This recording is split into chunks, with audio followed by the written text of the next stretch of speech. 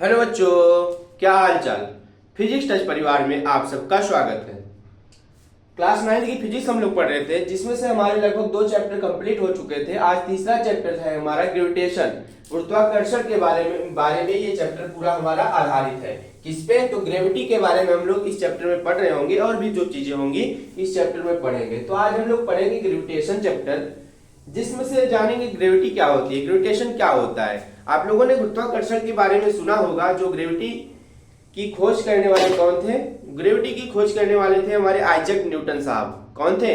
तो Isaac Newton साहब। आप लोग को एक कहानी तो पता होगी, एक कहानी आप लोग सुने होंगे। जब गुरुत्वाकर्षण बल की खोज हुई थी, जहां से ग्रेविटेशन का नाम आया था, गुरुत्वाकर्षण का जहां से नाम आया था, वो किसने दिया था? न्यूटन साहब ने। न्यूटन साहब जब एक सेब के पेड़ के नीचे बैठे हुए थे, तो एक कहानी, कह लीजिए कहानी बनाई गई है, मनगढ़ंत कहानी बनाई गई है।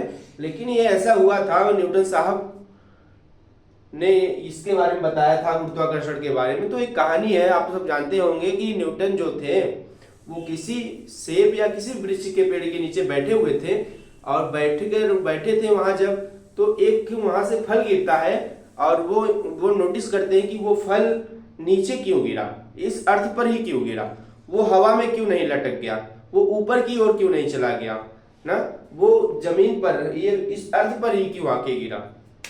तो वहां से उन्होंने बहुत सारे एक्सपेरिमेंट किए और बताए हमारे ग्रेविटी के कारण जो होती है, जिस प्रकार से एक बात उन्होंने और बताई कि यहाँ संसार में, इस यूनिवर्स में जितनी भी चीजें हैं एक दूसरे से अट्रैक्ट हैं, एक दूसरे से बधी हुई हैं।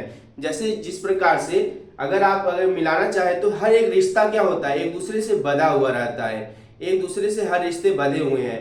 तो उसी प्रकार से ग्रेविटी है, जो कि इस यूनिवर्स को, हमारे पूरे यूनिवर्स को, हमारी जो अर्थ है, हम मानव ह्यूमन बींग्स है, हम सब इसी अर्थ पे रहते हैं, और ये सब एक दूसरे से बधे हुए हैं। जितनी भी वस्तुएं हैं, जितने भी ह्यूमन बींग्स हैं, जितने भी हमारे कह लीजिए कि मटेरियल्स है, जितने भी ऑब्जेक्ट हैं, सब एक दूसरे से बधे हुए हैं, अट्रैक्ट हैं। तो ऐसा बताने वाले कौन थे? हमारे न्यूटन साहब थे। उन्होंने अपना ग्रेविटी के बारे में कुछ नियम दिए, कुछ लॉज दिए, और कुछ प्रिंसिपल दिए, और कुछ फार्मूले, एक्सप्रेशन वगैरह उन्होंने दिए। और इस प्रकार से उन्होंने बताया कि ग्रेविटी क्या होती है, ग्रेविटेशन क्या होती है, ग्रेविटेशन का वैल्यू कितना होता है, ग्रेविटेशन की यूनिट क्या होती है, ग्रेविटेशन को कैसे नापा जाता है, ग्रेविटेशन यूज कहां पर होती है, ग्रेविटेशन ज्यादा कहां पर लगती है, ग्रेविटेशन कम कहां पर लगती है, कितना गुना कहां पे लगती है, कितना गुना कहां पे लगती है। ये सब चीजों के बारे में न्यूटन ने बताया था। उन्होंने इसमें बहुत सारे एक्सपेरिमेंट की। तो बच्चा, हर एक मनुष्य को क्या करना चाहिए? एक्सपेरिमेंट करते रहना चाहिए। हमारा विज्ञान कहता है क्या? कि आओ करके सीखें। क्या कहता है? आओ करके सीखें। तो आइए करके सीखते हैं कि न्यूटन साहब ने क्या, कैसे बताया था ग्रेविटेशन के बारे में, गुरुत्वाकर्षण के बारे में। तो आपके इस पीछे दिखी गई होगी, एक स्टोरी लिखी है। क्या लिखी है? तो ग्रेविटेशन फोर्स की डिफिनेशन लिखी गई है, स्टोरी नहीं लिखी गई है। तो लिखा गया है ग्रेविटेशनल फोर्स होता क्या है अकॉर्डिंग टू न्यूटन, न्यूटन के नियम के अनुसार। जैसा कि मैंने आपको पहले ही इंट्रोड्यूस कराया न्यूटन बाबा से। किससे? न्यूटन सर से आपको अवगत कराया कि न्यूटन बहुत अच्छे वैज्ञानिक थे। उन्होंने बहुत सारी थ्योरी दी, अपने न्यूटन लॉ ऑफ मोशन दिए, और भी सारी चीजें दी। तो ग्रेविटेशन फोर्स के बारे में भी इन्होंने ही बताया था, न्यूटन ने। According to Newton, every object in this universe attract each other object with a certain force. जो ये बात लिखी है नहीं, तो लिखी गई है। इस संसार में, इस यूनिवर्स में, इस ब्रह्मांड में जितनी भी वस्तुएं एक दूसरे से क्या है? बधी हुई है विथ ए सर्टेन फोर्स, एक बल के द्वारा, किसी न किसी बल के द्वारा इस संसार में जितनी वस्तुएं हैं बनी हुई हैं। तो वो मान लिए न्यूटन ने कि वो बनी है किससे? ग्रेविटेशनल फोर्सेस बनी है। The force with which the object attract each other is called gravitational force. वो बल कौन सा बल है जिसके कारण यूनिवर्स की सारी चीजें आपस में एक दूसरे से बधी हुई हैं? वो है हमारी ग्रेविटेशनल फोर्स। अब ये तो बात उन्होंने सिंपल से वे में कह दिया था कि ऐसे चीजें हैं कि एक दूसरे से प्रत्येक वस्तुएं इस संसार में बधी हुई हैं। तब उन्होंने इस बेस पर अपना एक लॉ दिया। इसी बेस पर उन्होंने एक लॉ दिया, जो कि कह दिया, उसका नाम दे दिया यूनिवर्सल लॉ ऑफ ग्रेविटेशन। इसको एक भाषा में और कह सकते हैं यूनिवर्सल लॉ ऑफ मोशन। इसको एक लॉ दे दिया इन्होंने, जिसमें अपने लॉ में ये बताते हैं न्यूटन साहब कि given by a Newton also known as Newton's law of gravitation. और यही न्यूटन इसी लैंग्वेज की मदद से, ग्रेविटेशन फोर्स की मदद से इन्होंने ये नियम दिया, यूनिवर्सल लॉ। ये पूरे हमारे यूनिवर्स में लागू होता है, पूरे ब्रह्मांड में ये लॉ लागू होता है कि Newton's law of gravitation. Every body in the universe attract each other body with a force which is directly proportional. ये थोड़ा सा इरेज हो गया है, प्रोपोर्शनल लिखा है TIOMAL, directly proportional to the product of their masses and inversely proportional to the square of the distance between them। जिस प्रकार से हम लोग कूलाम का नियम पढ़े थे कि दो चार्जों के बीच में फोर्स लग रहा था और वो जो चार्ज थे Q1 Q2 वो आपस में r दूरी पर रखे गए थे, ठीक उसी प्रकार से हम लोगों ने यहाँ पर मान लेंगे कि यम द्रव्यमान की कोई वस्तु एक स्थान पर ये रखी है, एक स्थान पर ये रखी है, r दूरी पर, थोड़ी सी दूरी पर इनको मान चलिए दो वस्तु ऐसे रखे हैं और दोनों के बीच की लेंथ कितनी है, r है। तो इनका नियम ये बताता है कि ये जो दोनों वस्तुएं रखी हैं m1 m2 मासेस की, ये क्या करती हैं, इनकी ये एक दूसरे के मास की क्या होती है, अनुक्रमानुपाती, डायरेक्टली प्रोपोर्शनल। यानी कि एक बढ़ेगा तो दूसरा भी बढ़ेगा, दूसरा घटेगा तो पहला भी घटेगा। तो डायरेक्टली प्रोपोर्शनल का मतलब आप सब जानते हैं कि दो वस्तुएं आपस पास में रखी है, अगर इसका द्रव्यमान ज्यादा है तो इसका भी ज्यादा होगा, इसका कम है तो इसका भी कम होगा। तो ये बात आपको कंफर्म होती है। पहला तो ये नियम दिया, इसको इरेज करते हैं, फिर समझते हैं यूनिवर्सल लॉ ऑफ ग्रेविटेशन क्या था। यूनिवर्सल लॉ ऑफ ग्रेविटेशन को समझते हैं।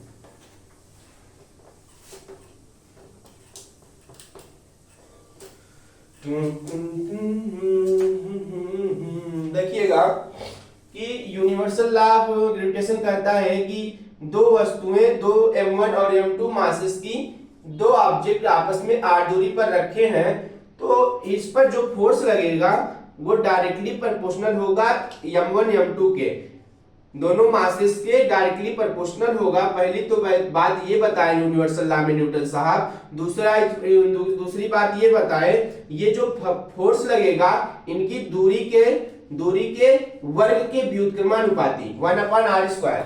1/r² मतलब इनवर्सली एक घटेगा तो दूसरा बढ़ेगा। अगर फोर्स ज्यादा है तो दूरी कम ना, फोर्स ज्यादा दूरी कम रहेगी तो फोर्स ज्यादा लगेगा दोनों के बीच में, अगर दूरी ज्यादा होगी तो फोर्स कम लगेगा। वही बात उल्टी हो गई कि फोर्स ज्यादा लगेगा तो दूरी कम होगी, और फोर्स ज्यादा लगेगा दूरी कम होगी, और दूरी कम होगी तो फोर्स ज्यादा लगेगा। ये बात आपको कंफर्म। ये दूसरी बात बताए। तो इनके इस दो नियम से, इस दो बात से ये पता चलता है कि अगर दोनों को एक साथ कर दे, दोनों इक्वेशन को फ्रॉम इक्वेशन 1 एंड 2, अगर इक्वेशन 1 और 2 को एक साथ कर दे तो ये डायरेक्टली प्रोपोर्शनल m1 m2 अपान r²। और आप सब जानते हैं कि अगर ये साइन हटता है डायरेक्टली प्रोपोर्शनल का तो एक कांस्टेंट वैल्यू आती है, वो यहां पर आ गई g। यहां पर क्या आ गई वो वैल्यू, यहां पर हम लोगों ने वो वैल्यू मान ली है g। तो यहां पर देखिएगा ये जो g निकल के आई है बच्चा, ये जो g निकल के आई, इसको हटाने पर यही है हमारी ग्रेविटेशनल कांस्टेंट। यही है क्या, g है हमारी ग्रेविटेशनल कांस्टेंट, इसका नाम दे दिए ग्रेविटेशनल कांस्टेंट। और इसी g का मान कितना होता है, g का मान कितना होता है, तो g की वैल्यू होती है हमारी 6 × 6 7 6 × 6 7 6 × 6 7 6.67 गुणते 10 की घाते 11, 10 की घाते 11। क्या इसकी यूनिट क्या होती है, इसकी यूनिट होती है newton metre square kilogram square, -11 newton metre square kilogram square, ये इसकी यूनिट होती है newton metre square kilogram square. तो g की वैल्यू 6.67 × 10⁻11 होती है ना, ये वैल्यू होती है। तो ये इनका नियम समझ में आया यूनिवर्सल लॉ ऑफ ग्रेविटेशन कि ये फार्मूला निकल के आता है हमारे पास क्या कि F बराबर G m1 m2 अपान का r स्क्वायर। ये फार्मूला निकलता है, किसका निकलता है? ये निकलता है universal gravitational law of universal का ये फार्मूला आता है। ये बात समझ में आई होगी। ठीक, तो इसको इरेज करते हैं। अब थोड़ी सी बात पढ़ते हैं। ये बात आपको समझ में आई कि ग्रेविटेशनल लॉ किसने दिया? न्यूटन ने दिया। ग्रेविटेशन क्या होती है ये बात हम लोग समझे। तो आइए अब बात करते हैं, थोड़ा सा आगे चलते हैं, थोड़ा सा आगे चलते हैं और बात करते हैं Kepler law of planetary motion की।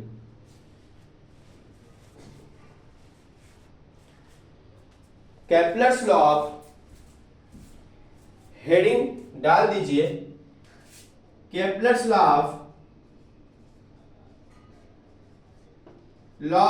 प्लैनेटरी मोशन, प्लैनेटरी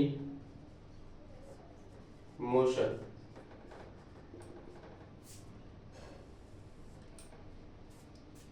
ये क्या होता है बच्चा?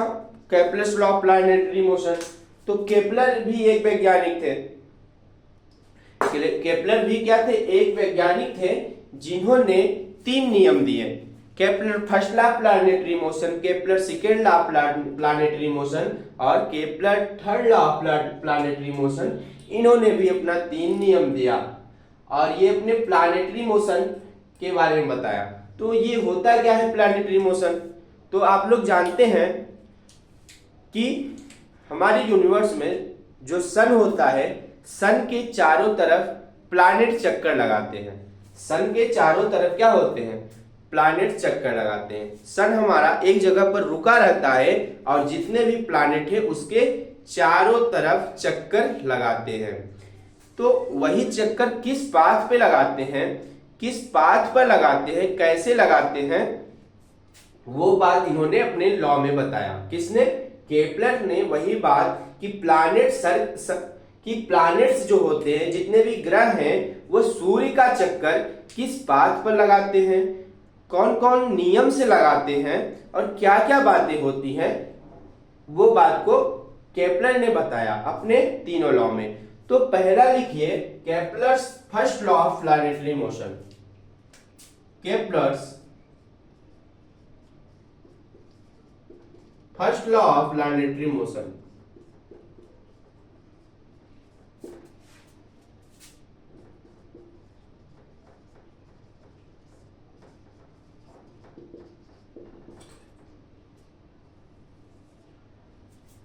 Kepler's first law of planetary motion. तो इन्होंने इस वाले लॉ में इन्होंने क्या बताया केपलर साहब ने? तो इन्होंने क्या बताया? इन्होंने बताया, लिखिए, the planets moves in the planets moves in the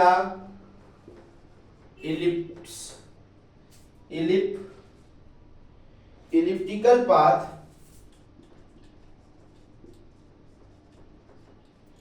the planet moves in the elliptical path orbits around the sun, orbits around the क्या? around the sun। दिख रहा है आपको क्लियर?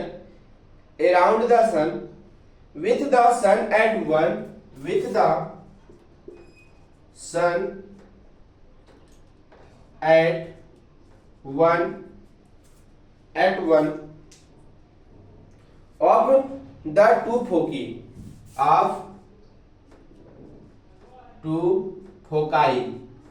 कोई इसको फोकी बोलते हैं। तो foci at one of the two foci of the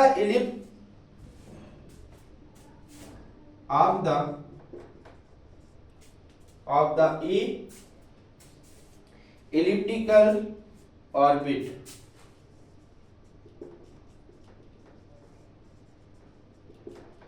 तो समझिएगा इसको, Kepler first law planetary motion को। तो केपलर ने अपने फर्स्ट लॉ प्लैनेटरी मोशन में बताया कि जब मान लीजिए कि the planet moves in the elliptical path, elliptical path क्या होता है? इलिप्टिकल पाथ होता है कि जिस प्रकार से सर्कल में कोई भी वस्तु क्या करती है, मोशन करती है, जिस प्रकार से सर्कल में, तो आप क्या करिए, सर्कल को थोड़ा सा स्ट्रेच कर दीजिए, थोड़ा सा इसको पकड़ के खींच दीजिए। सर्कल को थोड़ा सा पकड़ के खींच देंगे तो ये हो जाता है इलिप्स। ये क्या हो जाता है? इलिप्स। जब सर्कल को आप क्या करते हैं, थोड़ा सा स्ट्रेच करते हैं तो बन जाता है इक्लिप्स। इलिप्स, इक्लिप्स नहीं, इक्लिप्स वो सूर्य ग्रहण चंद्र ग्रहण वाला नहीं, इसको बोलते हैं इलिप्स। इलिप्स मतलब वलयाकार, वलय मतलब थोड़ा सा चौड़ा हो जाए ना, इलिप्टिकल पाथ जिसको बोलते हैं। तो इलिप्स साइज ले लेता है elliptical path. Orbit around the sun with the sun at one of the two foci. One of the two foci मतलब one of two foci. Two foci मतलब देखिए कि ये देखिए, ये तो हो गई हमारी इलिप्टिकल पाथ, इलिप्टिकल पाथ हो गई, ये इलिप्टिकल रास्ता हो गया। सन यहां पर है, सन आप सब जानते हैं सर्कल में क्या होता है, एक सेंटर होता है जहां से सारी दूरियां, सारे रेडियस चारों तरफ क्या होते हैं, आपस में इक्वल होते हैं, इक्वल रेडियस होते हैं सब। लेकिन यहां पर अगर हम लोग यहां पर इसको सेंटर मान लें तो यहां से यहां तक तो हो सकता है इसकी बराबर लेंथ आए चारों तरफ ना, लेकिन एक फोकी यहां पर भी रहेगा जो कि यहां से इसकी भी लेंथ चारों तरफ क्या आए, बराबर आए। तो इलिप्स में जो होता है, इलिप्स में दो फोकी होते हैं। इलिप्स में कितने फोकी होते हैं? इलिप्स में हमारे होते हैं दो फोकी पॉइंट, दो फोकी पॉइंट होते हैं। तो देखिए ये बनाया हमने इलिप्स। इलिप्स बनाने के बाद इसको थोड़ा सा कर्व करते हैं, तो इलिप्स बना दीजिए। ठीक, इलिप्स बन गया हमारा। और यहां पर दो फोकस पॉइंट मान लीजिए, एक ये एक ये, यहीं पर मान लीजिए एक पे हमारा सन रखा गया है। तो बोल रहा है sun at the one of the two foci, दोनों में से किसी एक पर सन है और प्लैनेट हमारे इसके चारों तरफ मोशन कर रहे हैं ना, प्लैनेट इसके चारों तरफ घूम रहा है एलिप्टिकल पाथ पर। तो ये बात लिखिए, the planet moves in the elliptical path orbit around the sun with the sun at the two foci of the one elliptical orbit. तो दोनों में से किसी एक पॉइंट पर हमारा सूर्य हो सकता है, और जो प्लैनेट होंगे, प्लैनेट ग्रह जितने भी होंगे, इस इलिप्टिकल पाथ पर मूव करते हैं। ठीक, तो पहला केपलर का नियम ये था। अब पढ़ते हैं Kepler second law of planetary motion. तो हेडिंग बनाइए, Kepler's second laws of planetary motion. Heading डालिए आप लोग, कब तक पानी पी लें।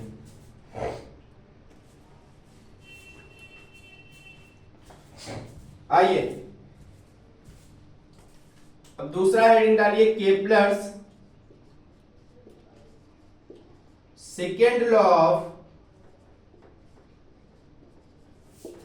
Planetary motion.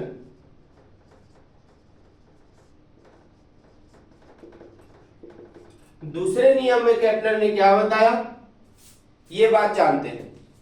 तो दूसरे नियम में केपलर ने बताया, each planet revolves around, each planet revolves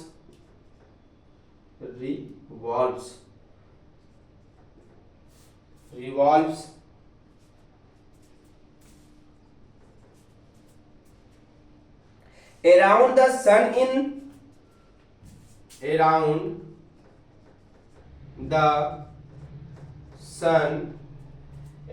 the sun a way that the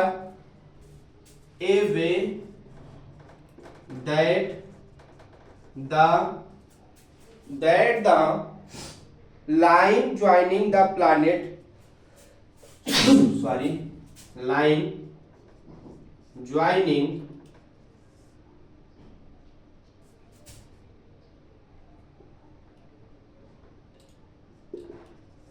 the planet line joining the planet to the sun to the sun sweeps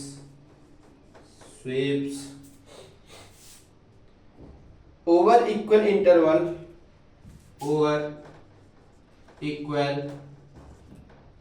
of time,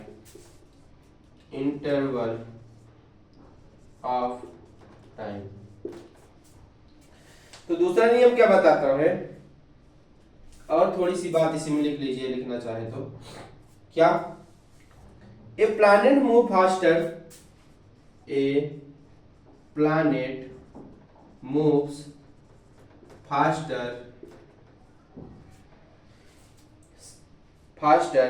when it is closer to the when it is closer to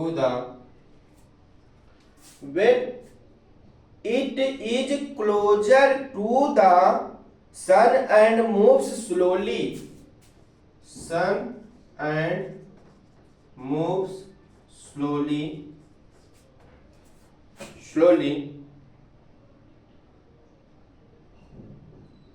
when it is further from sun, when it is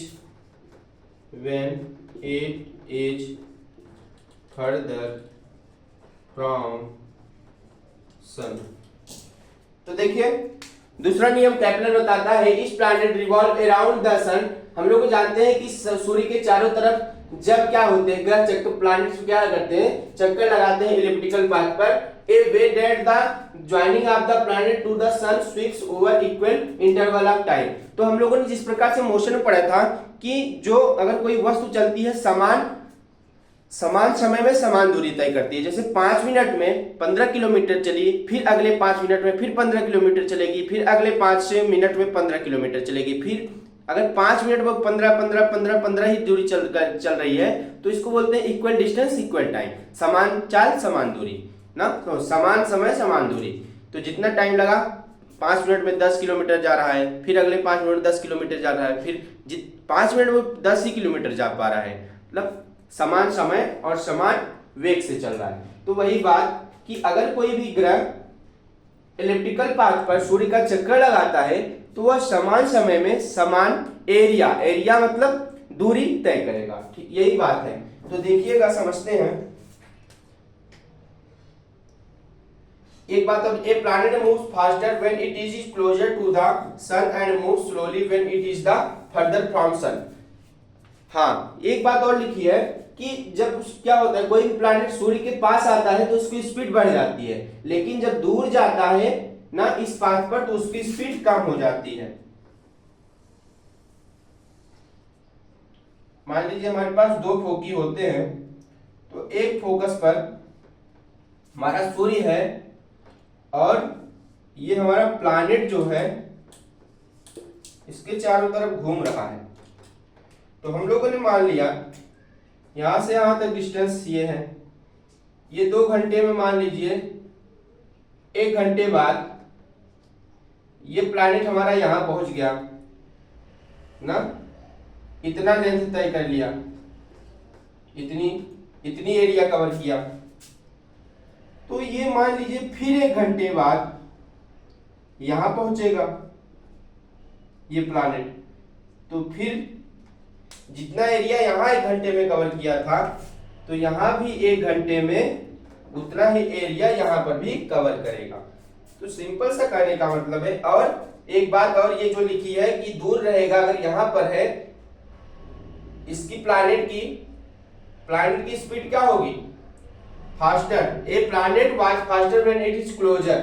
दूर रहेगा तो इसकी speed कम होगी planet की, जैसे ही इधर पास में आएगा तो इसकी स्पीड बढ़ जाएगी, ये बात।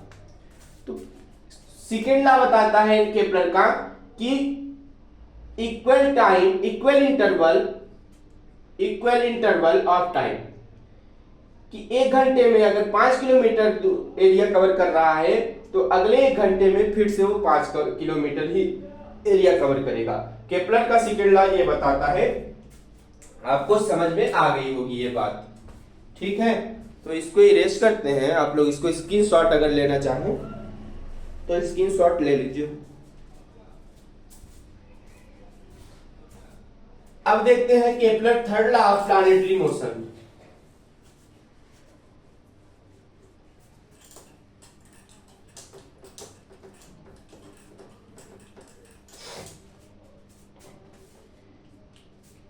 हेडिंग बनाइए तीसरा, Kepler third law of planetary motion. तीसरा नियम इन्होंने क्या चीज होता है? केपलर ने तीसरा नियम बेसिक से समय और किसके बीच में, टाइम और डिस्टेंस के बीच में, टाइम और डिस्टेंस से रिलेटेड बातें ये थर्ड लॉ में बताए थे। कि सिंपल से जानते रहिए कि ये तीसरा लॉ जो होता है, इस तीसरे लॉ में केपलर ने कि कोई प्लैनेट सन के पास जब चलता है, सन का एलिप्टिकल पाथ में जब मोशन करता है तो कितना टाइम लेता है, कितना समय लेता है, वो चीज बताए थे। कितनी एरिया कवर करता है, कितना डिस्टेंस कवर करता है। तो लिखिए the cube of the mean, the cube of the mean, the cube of the mean distance of a distance of a planet, distance of a planet, distance of a planet और क्या, from the sun of a planet, from the sun, from the sun of a planet, planet लिखा है, planet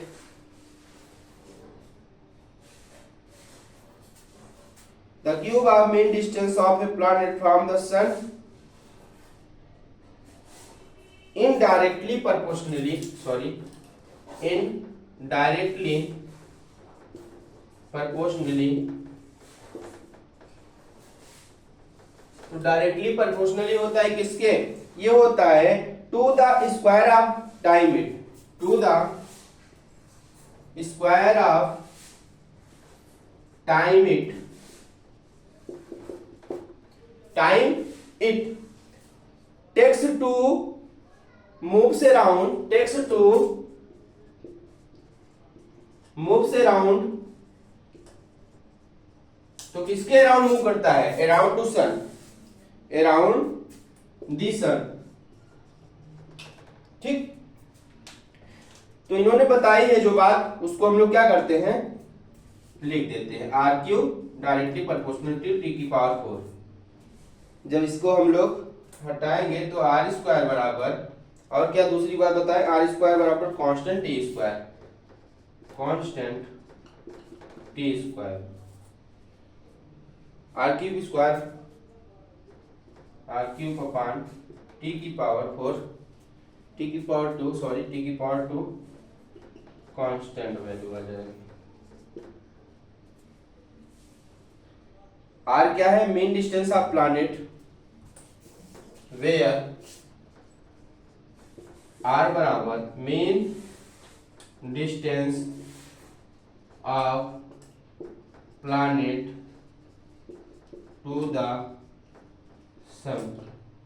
T क्या है, T है time period, time period, T है time period of the planet, of the planet to सन,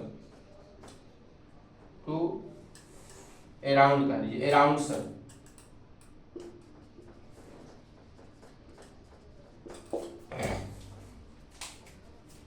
तो तीसरा नियम बच्चा यही है कि टाइम कितना लेता है और डिस्टेंस कितनी कवर करता है, सिंपल सा यही फार्मूला लगता है उसमें और कुछ नहीं। क्या, आर की क्यूब डायरेक्टली प्रोपोर्शनल टी की पावर 4, आर स्क्वायर बराबर कांस्टेंट टी स्क्वायर, आर की upon T square is constant. तो ये सब बातें आप लोग को समझ में आई होंगी।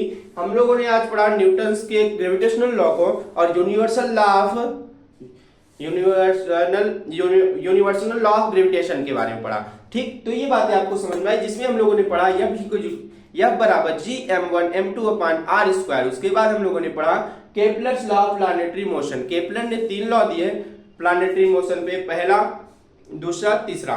पहली बात पहले केपलर के लॉ में बताया गया है कि जो सूर्य के चारों तरफ जो प्लैनेट चक्कर लगाते हैं वो इलेक्ट्रिकल पाथ पर लगाते हैं। दूसरे में बताएं कि इक्वल इंटरवल इक्वल डिस्टेंस ना, कि समान समय में समान दूरी तय करते हैं। तीसरे में बताए हैं किसके किसके बीच में रिलेशन, तो रिलेशन बिटवीन आर क्या है, आर है हमारी मेन डिस्टेंस ऑफ प्लैनेट, तो प्लैनेट के बीच में बीच के दूरी में बात की है, और टी क्या है, टी है हमारा टाइम पीरियड।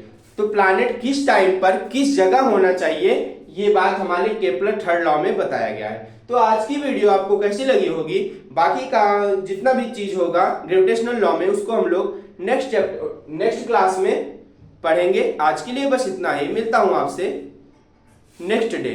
जय हिंद।